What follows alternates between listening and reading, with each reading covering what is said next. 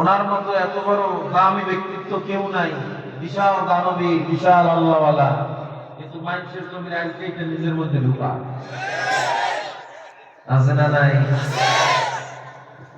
তাবলীগে গেছে, পীর মুরিদি, বিশাল আল্লাহওয়ালা মুরিদ হয়ে গেছেন, নিজেও নামাজি, তাহাজ্জুদ গুজার। আওয়ামী ক্লাসে একদিন আমাদেরকে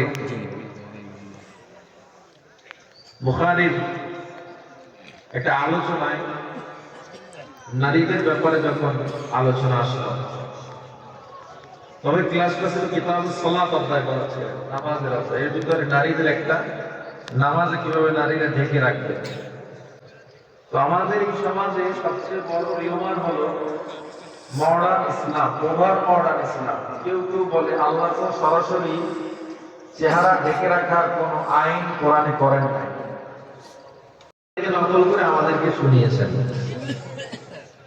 আপনার ঘরে বিড়াল আছে না? বিড়াল, বিড়ালের কাছে যদি একটা মাছ ভুনা করে, এক প্লেট মাছ ওর কাছে রাইখের পরে বলেন, খবরদার হে বিড়াল, তোরে আমি 8-10 বছর ধরে লালন পালন করতেছি, খবরদার মাছে মুখ দিবি না, আমি একটু বাজার থেকে আসতেছি, ভালো করে বুঝে শুনে রাইখে গেলেন। বাজার থেকে আইসা দেখবেন কি বিড়াল পাহারা দিছে।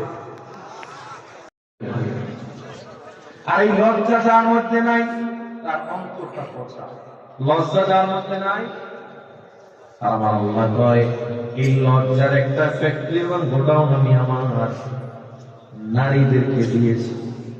যেই নারীর মধ্যে, পুরুষের মধ্যে লজ্জা নাই, তার ঈমান নাই।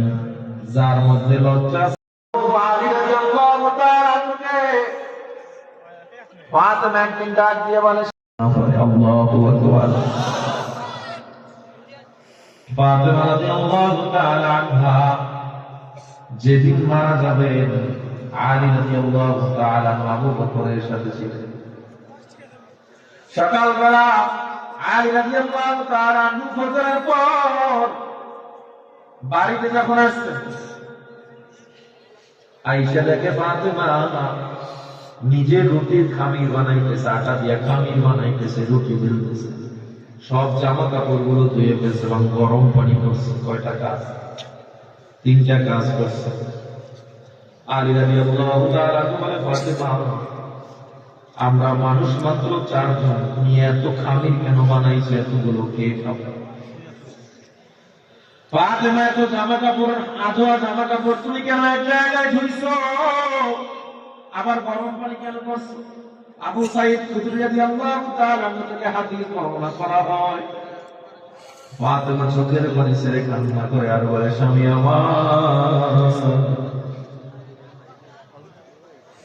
আমার বাবা 6 মাস আগে যখন দুনিয়া থেকে চলে গেছে,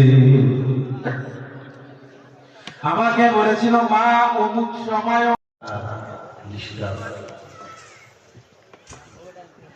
স্বামী আর স্ত্রী কথা বলতেছে, তো এক পর্যায়ে মহাব্বতের আলাপচারিতায় স্ত্রী স্বামীকে বলে, তুমি আমাকে কেমন মহাব্বত করো, ভালোবাসো? বলতার বলে, এতটুকু বলা যায়, তুমি আমার জীবন, তুমি আমার মরণ। আর কি বলা যায়?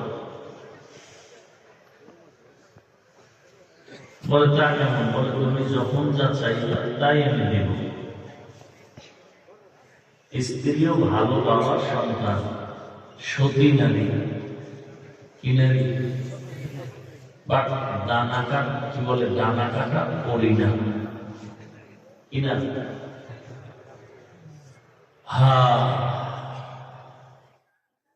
ডানা কাটা পড়ি এক জিনিস, সতী নারী তারা জিনিস।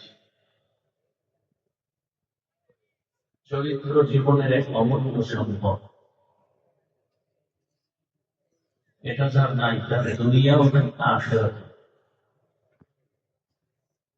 এখন তুমিও চরিত্রহীন, তুমি যার পেছনে দৌড়াও সেও চরিত্রহীনা। আল খবিসাতু লিল খবিসিন, খবিসের সাথে খবিস। তো স্ত্রী সতী, স্বামীকে বলে তুমি আসলে আমাকে ভালোবাসো, বলে না, যা চাইতো তাই দিবে, বলে তাই দিব, চাওয়ার আগেই দিব। স্ত্রী বলে তাহলে আমাকে তুমি তালাক দাও। কি দাও? তালাক। স্বামী বলে কি করলাম, জীবন যাবে কিন্তু এটা সম্ভব হবে? বলে তুমি না ওয়াদা দিতা, যা চাইবো তাই দিবা, তাহলে তালাক দাও। স্বামীটা দিয়ে বলে এটা সম্ভব না। দুজনের মাঝে একটু মৃদু তর্ক বিতর্ক শুরু হয়। সমাধানের জন্য জামানার নবীর দরবারে রওনা। পথিমধ্যে হঠাৎ করে স্বামী বেচারা পিছলে গিয়ে রাস্তায় পড়ে পা ভেঙে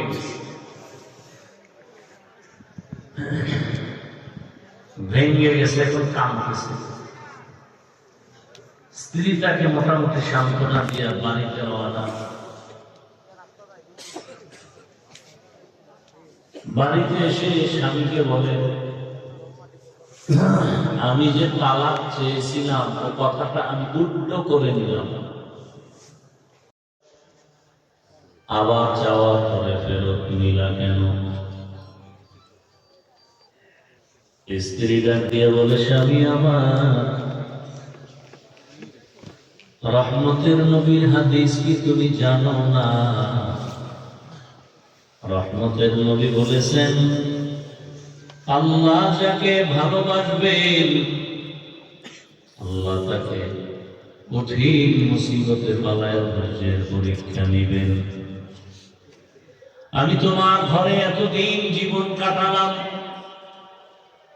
মা বাবার মায়া ত্যাগ করে তোমার ঘরে আসছি, আজ পর্যন্ত কত বছর হয়ে গেল তোমার ঘরে কোনো কান্নাকাটি নাই, মুসিবত নাই। রহমতের নবী হাদিস মতে যেখানে মুসিবত সেখানে রহমত, যেখানে মুসিবত নাই সেখানে রহমত নাই। যেহেতু তোমার ঘরে কোনো কান্না নাই, কোনো আফসোস নাই, কোনো বিপদ নাই, কোনো মুসিবত নাই, ভাবলাম তোমার ঘরে অসীম রহমত নাই। রহমত যে ঘরে নাই ওই ঘরে আমিও থাকতে রাজি নেই। কিন্তু রাস্তার মাঝে যাওয়ার পরে তুমি পিছলে গিয়ে পড়ে পা ব্যথা পেয়েছ, আর তোমার কান্নার আওয়াজ, তুমি যখন চোখের পানি ছেড়ে কান্না করেছ, আমি তখন ভেবে নিলাম মুসিবত আসছে, তোমার উপরে আল্লাহর রহমত আসছে। আর এটা আমার অন্তরের তামান্না, যেখানে আল্লাহর রহমত আসবে আমিও আমার জীবনটাকে সেখানেই কাটাবো। আর আমরা মুসিবত নাই, এরপর আল্লাহরে গালি দেই। সাহাবায়ে কেরামের মুসিবত,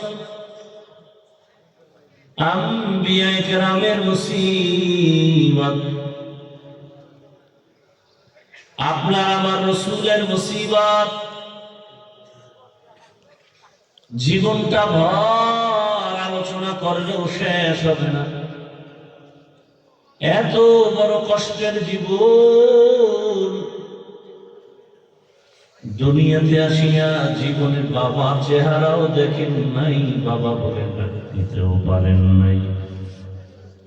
6 বছরে মা হারায় ফেললেন রহমতের নবী আমার, 8 বছরে দাদাকেও হারালেন। চতুর্পার্শ্বে দুশ্মনের আক্রমণ, এর মাঝেও নবী আমার আল্লাহর মুহাব্বত নিয়ে সামনে আগায় গেছে। যেই রাসূল দোয়া করলেন, উহুদের ময়দান, উহুদের পাহাড় স্বর্ণে পরিণত হয়ে যেত, কিন্তু না, রহমতের নবী উহুদের পাহাড় স্বর্ণ হওয়ার দোয়া করেন নাই, বরং বলেছেন, হে মালিক, আমাকে তুমি গরিবী হালাতে বাঁচাইয়া রাখো,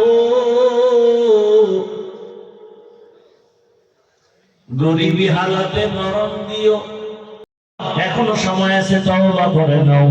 মনটাকে একটা কথাই বুঝাও, আরে আমি তোমাকে হুজুর হওয়ার বয়ান দেই না, তুমি ডাক্তার, প্রফেসর, ইঞ্জিনিয়ার হও, ওসিডিসি হও, তবে আলোওয়ালা হও, আদর্শবান হইও। নবীজির আদর্শের উপরে দামি কোন আদর্শ নাই। দুনিয়ার সব আদর্শগুলো নাপাক, একমাত্র মদিনাওয়ালা রাসূলের আদর্শই পাক। ওই রাসূলের আদর্শ নিয়া সামনে আগাওরে যুবক।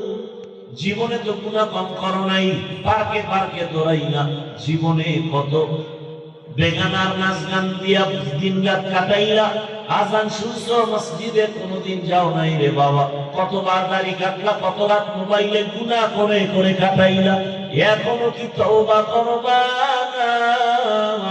অনুরোধ করে বলি, মাওলাকে ডাক দিয়া মনে মনে তওবা করো। ও পর্দার আড়ালের মা বোনেরা, আপনার মতো কত মা কত বোন এখনো আছে এলাকায় পর্দা করে, নামাজি নাই। ভিন্ন মা বোনরা মার্কেটে মার্কেটে ঘুরে নিজের জীবনটা নষ্ট করেন কেন? এখনো সময় আছে, তওবা করেন। আপনার মতোই মা আব্দুল কাদের জিলানীর মা, আপনার মতোই তো মা খাজা মাইনুদ্দিন চিশতি আজমিরের মা। এরে আম্মা জান, কয়দিন আর বেপরদায় আড্ডা দিয়া জীবনটা নষ্ট করবে, বেগানাকে গুনাহ করার সুযোগ দিবেন রে মা? এখনো সময় আছে, তওবা করেন। স্বামীর মাল হেফাজত করবেন, বেপরদায় চলবেন না, মোবাইলে সময় নষ্ট করবেন না, 5 বেলার নামাজ আদায় করবেন। আল্লাহ যে সন্তান দিবেন, ওই সন্তানটাকে আদর্শওয়ালা বানাইয়া কবরে যাবেন। ডাক্তার হবে, ভালো ডাক্তার, কোরআন পড়বে, রোগী দেখবে, নামাজ পড়বে, আবার মা বাবার জন্য দিল খুলে দোয়া করবে। আল্লাহকে মনে মনে বলে তওবা করেন। আল্লাহকে বলেন, হে আল্লাহ, আর বেপরদায় চলবো না, নামাজ ছাড়বো না, স্বামীর মাল খেয়ালত করবো না, সন্তানটাকে আদর্শবান বানাবো, আর মোবাইলে গুনাহ করে সময় নষ্ট করবো না। ও যুবকেরা, তওবা করো মনে মনে। হেদায়েতের মালিক আমার আল্লাহ, ইজ্জতের মালিক আল্লাহ, হায়াতের মালিক আমার আল্লাহ।